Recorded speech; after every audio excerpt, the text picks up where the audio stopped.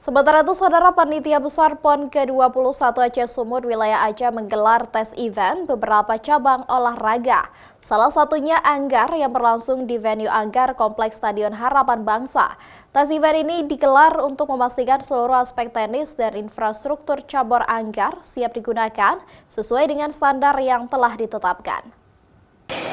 Ketua Panitia Tes Event Cabang Olahraga Anggar PON Aceh Sumut wilayah Aceh, Zulfikar menyebut Anggar jadi salah satu cabang olahraga yang menggelar tes event.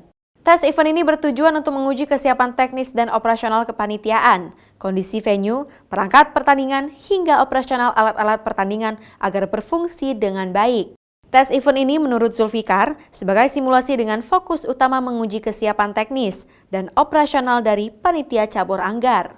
Memastikan semuanya sesuai dengan standar yang telah ditentukan, agar pada saat penyelenggaraan PON nanti, seluruh aspek teknis dan operasional saat pertandingan dapat berjalan dengan baik. Ini sebenarnya kan lebih untuk mengetes kesiapan panpel sebenarnya. Jadi bukan juaranya, tapi lebih ke alur kesiapan panpelnya. Seperti ini kan dia seperti miniaturnya PON ya, artinya pre-nya PON, pra-nya PON, tapi bukan pra-PON, ya, tapi dia pra-nya PON. Artinya ini merupakan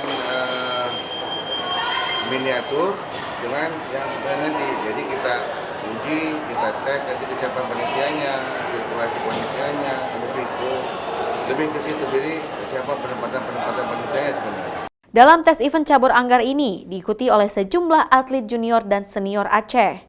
Sementara nomor yang dipertandingkan diantaranya EP Putra-Putri Perseorangan, Floret Putra-Putri Perseorangan, Sabel Putra-Putri Perseorangan, EP Putra-Putri Beregu, Floret Putra-Putri Beregu, dan Sabel Putra-Putri Beregu.